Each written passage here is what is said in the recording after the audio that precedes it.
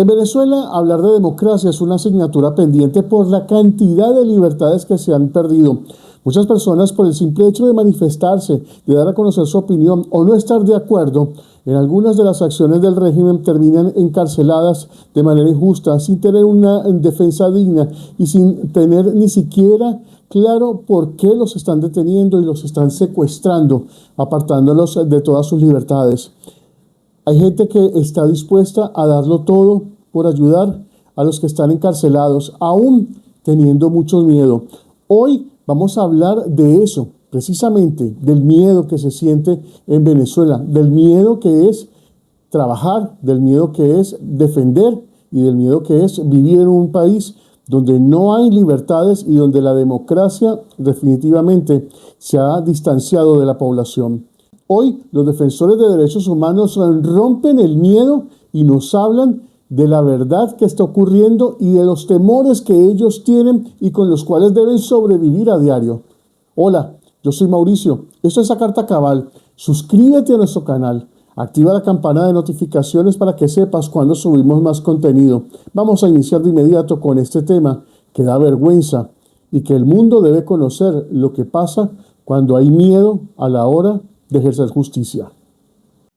¿Qué tal Latinoamérica? Y estamos aquí con los invitados que les prometí porque sencillamente el tema no deja de ser la información más importante que se ha registrado en Latinoamérica y que sigue siendo un dolor de cabeza, una piedra en el zapato para la revolución bolivariana, en principio la de Chávez y ahora la de Nicolás Maduro y Cilia Flores, que están en una cárcel en los Estados Unidos y que tendrán que rendirle declaraciones a las autoridades competentes por los delitos que les imputan. Pero los ven ustedes en pantalla. Están conmigo primero las damas en Rosa Cucunubá Villanueva. Ella es estudiante, activista de derechos humanos, a quien le agradezco muchísimo por estar con nosotros. Y también está Ingelben Bellorín. Él es ex dirigente estudiantil de la Universidad Central de Venezuela y defensor de los derechos humanos. ¿Por qué están aquí con nosotros hoy? Porque sencillamente el tema de los presos políticos en Venezuela, las excarcelaciones ilegales y lo que está pasando en este momento es vergonzoso y el mundo entero tiene que saber. Y comienzo con Rosa, si me lo permite, señor, porque quisiera que me comentara desde su perspectiva y porque sé que ha estado muy activa y ha estado con los estudiantes en la calle. ¿Cómo está la situación y qué es lo que está ocurriendo en estos momentos? Rosa, ¿tienes el teléfono muteado? Ahora sí me escuchan. Ahora sí te escuchamos, ¿cómo no? Adelante.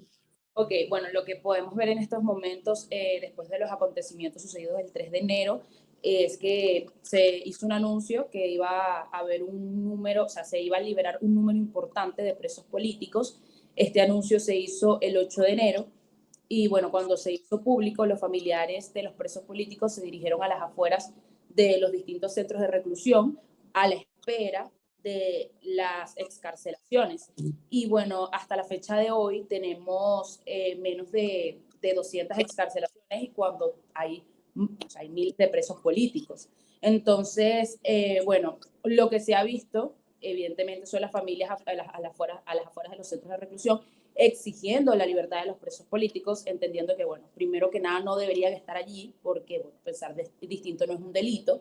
Y, bueno, también el acompañamiento por parte de los dirigentes estudiantiles y también de la sociedad venezolana a los familiares de los presos políticos, bueno, pues también empatizando con una causa que no es solamente de ellos, sino que es de todos los venezolanos.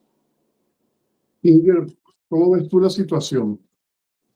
Fíjate, después de lo ocurrido en la madrugada o en la noche del 3 de enero, nosotros en Venezuela nos cambió la dinámica como activistas y como defensores de los derechos humanos en distintos ámbitos, ¿no? Y es que evidentemente lo que pensábamos que nunca iba a ocurrir, ocurrió en Venezuela.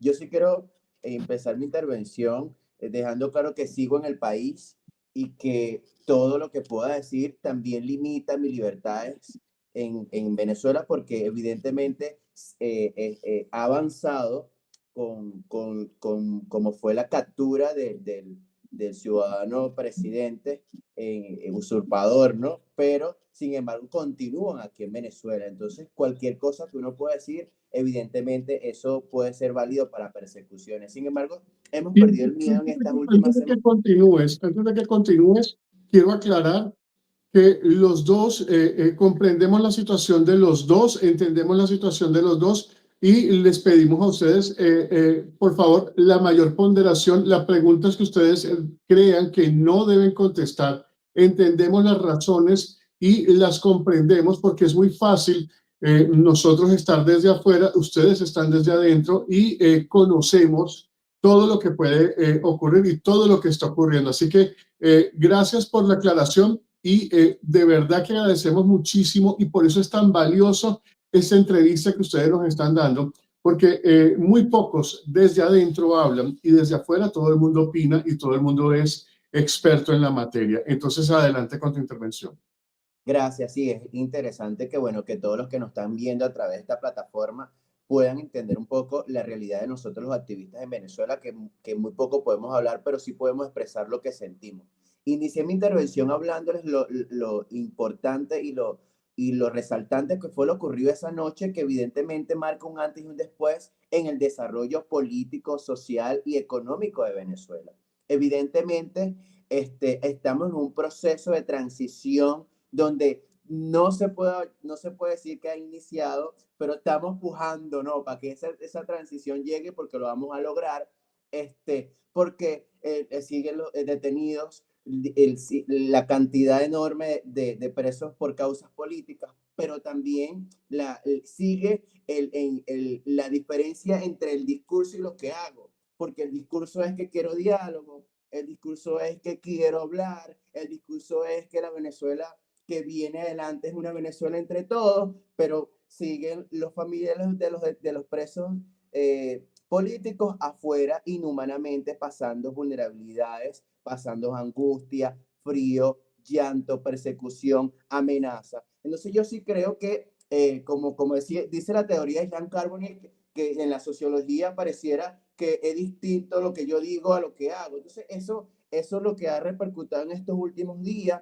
Yo sí creo pertinente que debe haber canal humanitario, porque lo que está ocurriendo fuera de los centros penitenciarios es grave, pueden evidenciarlo en las distintas plataformas y redes sociales, es muy difícil y complicado. El movimiento estudiantil ha hecho un trabajo extraordinario de acompañamiento, ha hecho un trabajo invaluable, porque evidentemente jóvenes estudiantes que han sido atemorizados por el mismo sistema represivo se han arriesgado durante todos estos días a acompañar, a liderizar la causa. Y esto yo creo que marca evidentemente el antes y el después.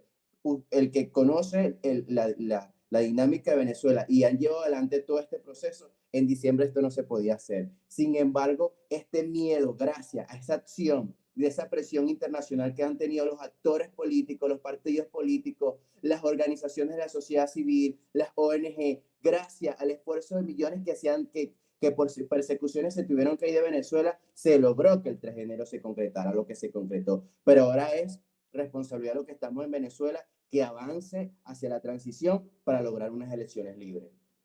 Simplemente quería aprovechar que tenemos a Rosa con nosotros, porque ese movimiento estudiantil, bueno, yo me gradué en una universidad pública en Venezuela, donde el movimiento estudiantil era fuerte, era contestatario, aguerrido, y no sabes, Rosa y lo que para mí significa entrevistarlos a ustedes y saber que sigue eso, que eso sigue tal cual como está, pero Rosa, hemos estado preocupados quienes estamos desde afuera haciendo reportajes y entrevistas, ver que los estudiantes están en la calle, verlos a ustedes o en el Ministerio Público, verlos a ustedes en la zona 7, de alguna manera exponiéndose. ¿Cómo hacen ustedes para que su mamá, su papá estén tranquilos? Porque yo sé que mi mamá se hubiese muerto del miedo, porque obviamente desde hace muchos años la represión ha sido muy fuerte para todos los que no han estado caminando del lado de esta revolución rosa. Claro, tal cual. Y bueno, nadie está exento del miedo. O sea, el miedo siempre va a existir porque, bueno, como tú lo has dicho, la persecución no solo la persecución, las amenazas que se han vivido durante todos estos años ha sido demasiado fuerte, no solo para los dirigentes políticos o los que hacen activismo, sino para la sociedad en general. O sea, al final este sistema se vio tan destructivo que perseguía e incluso metieron presos a niños menores de edad, ¿sabes? O sea, y por razones que al final ellos decían que eran políticas, que si encontraban algo en un teléfono, que si te viene con un Twitter, que si, o sea, cosas que al final no tienen sentido y violan todo lo que dice nuestra Constitución y todo lo que se supone que debería representar. Entonces, nada es exento del miedo, pero lo que yo puedo decir es que, o sea, al final cuando tú asumes la responsabilidad de ser dirigente, tú sabes las consecuencias que eso puede tener. Hoy en Venezuela tenemos una después de los acontecimientos del 3 de enero y genuinamente es el momento. Y bueno, eso nunca lo Dificultades, Rosa, hay dificultades en la comunicación, hay una interferencia en tu comunicación. No sé si es el teléfono. Mientras tratamos de resolverlo, yo trato de ver cómo lo puedo resolver desde acá. Y eso que está diciendo Rosa es sumamente importante porque se está venciendo el miedo. ¿Miedo a qué le tienen ustedes miedo? Expliquémosle a la gente, a la comunidad internacional, qué es lo más difícil de trabajar de hacer activismo en defensa de las personas en Venezuela. Sí, el detalle del miedo tiene un origen, ¿no? Y es que el origen del activismo en Venezuela o del activista es porque le nace una causa justa, una causa social, política, etcétera, etcétera. Cuando llegas a ejercer ese trabajo de liderazgo por esa causa y te choca con que lo que es normal ya no es normal. ¿Qué es lo normal? La libertad de expresión, el libre desenvolvimiento, la privacidad de los asuntos que tú haces en tu organización política, estudiantil o social. Cuando se pasan a esos límites es que surge el miedo, porque hay una serie de garantías, eso que establece el derecho constitucional, las leyes venezolanas, y que evidentemente ya eso se pierde, sino que se convierte más bien en una amenaza, ¿no? Y que en esa amenaza tangible puede cercenar esos derechos. Uno dice, no, evidentemente ya no puede seguir siendo activista. Entonces, es ese miedo a lo que es normal en Argentina, lo que es normal en los Estados Unidos, lo que es normal en otras naciones, es que en Venezuela no lo es. Entonces, ese es el miedo que hay en el corazón y el sentir de nosotros los venezolanos. ¿Ves? Que no podemos expresar libremente lo que es, que no podemos hablar libremente lo que es, lo que se puede, lo que se debería hablar dentro de nuestros accionar como activistas.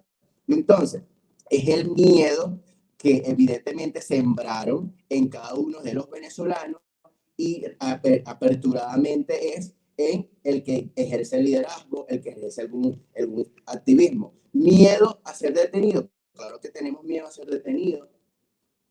Miedo a que podamos enfrentar cualquier tipo de adversidad en el día a día. Sí, miedo, pero más allá de ese miedo que existe, es mayor la capacidad de esperanza y la capacidad de seguir enfrentando estas adversidades con las ganas de lograr y de vivir en esa Venezuela, donde esos miedos se conviertan en una serie de oportunidades, en una serie de transformaciones positivas para cada uno de nosotros. Yo creo que el miedo que han sembrado a nosotros nos ha hecho cada vez más fuerte.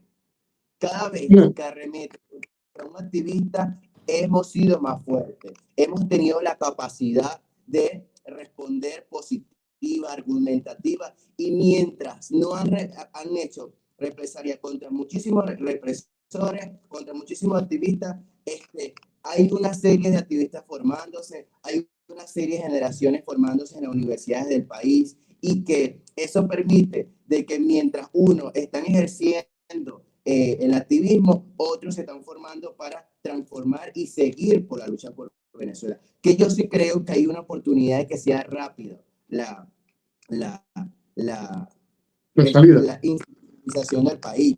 Yo sí creo que puede ser rápido, que estamos más pronto que antes, pero eso pasa por el respeto de todos y de todas. Quiero preguntarle esto a los dos, porque me parece sumamente importante. Los dos han expresado que el miedo existe, porque somos seres humanos y más ustedes que están haciendo una labor que es incómoda para la revolución, que es incómoda para los abogados, que es incómoda para el Estado, que realmente donde no hay separación de poderes. Pero, ¿cómo entonces transformar este miedo para hablar con personas que tienen el doble de miedo porque sus familiares están en una condición de privación ilegítima de la libertad, que no tienen a quién acudir, que no saben qué hacer? ¿Y cómo ustedes hacerles a ellos entender que tienen que vencer el miedo cuando ustedes también lo tienen? Rosa, empiezo contigo. Yo creo que es entender que, o sea, es empatizar con la causa porque todos hemos estado allí. O sea, todos hemos sentido lo que es que se lleven a un familiar o a un amigo detenido de forma arbitraria. Y te lo digo yo que lo he vivido, de verdad que es un infierno. Y es empatizar con esta causa, es la suma de voluntades, es el acercarse, es el acompañar, es el que ellos se sientan apoyados por nosotros. Porque, o sea, Venezuela está en un momento en el cual necesitamos unos de los otros. O sea, necesitamos apoyarnos, necesitamos ayudarnos, porque estamos en un momento muy complejo. Entonces, o sea, el estar allí con ellos, el escucharlos y el que ellos sientan la presencia de nosotros, de verdad que es algo que a nosotros nos mueve por dentro. Incluso hoy a mí me decían que yo decía, wow, decía, no, o sea, cuando salieron los estudiantes a apoyar a los familiares de los presos políticos, nosotros dijimos, no, listo, nos sentimos apadrinados, diría el venezolano, porque estamos con los estudiantes y nos sentimos acompañados y apoyados. Y eso a nosotros nos da fuerzas y nos motiva para seguir adelante y seguir de pie exigiendo la libertad de los presos políticos, la libertad de nuestros familiares, que se respeten sus derechos. Entonces, o sea, esto es algo que de verdad, por eso yo siempre lo digo e invito a todos los venezolanos a que se acerquen a los ciudadanos venezolanos, porque una cosa es verlo y otra cosa es estar allí y vivirlo en carne propia. Te transforma la vida por completo. Y yo creo en ese venezolano, en el buen venezolano, en el venezolano que empatiza, que apoya, el solidario, el que echa para adelante, el que trabaja. Y eso es lo que yo veo y con eso es que vamos a nosotros reconstruir ese país con el que tanto soñamos.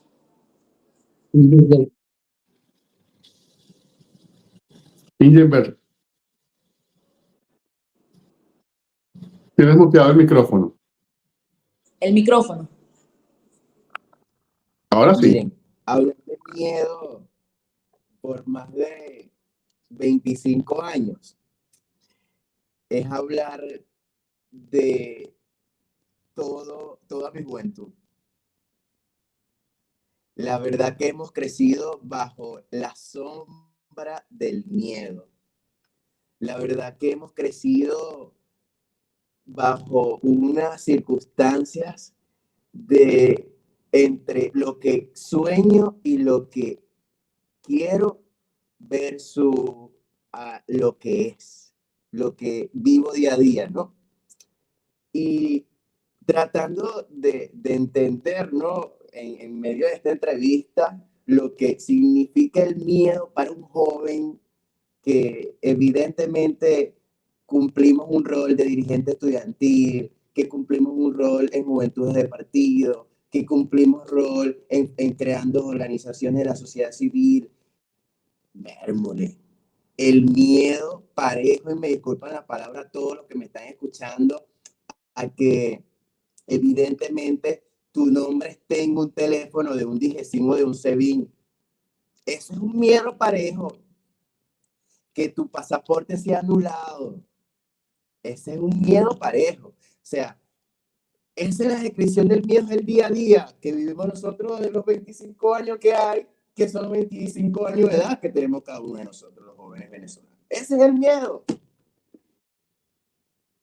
Que no conocen la libertad, No que no escuché la conocen la pregunta. libertad, que no conocen la libertad, no conocen la libertad. No conocimos la libertad.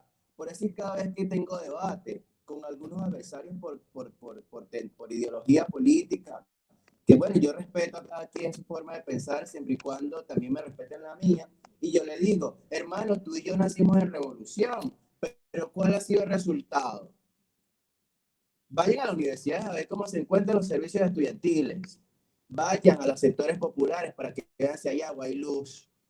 Vayan a ver cómo está el sistema de metro de Venezuela. Vayan a ver cómo es el sistema de ingresos del sector trabajador de Venezuela, el salario. Ahí está. Ahí está la respuesta de la revolución en Venezuela.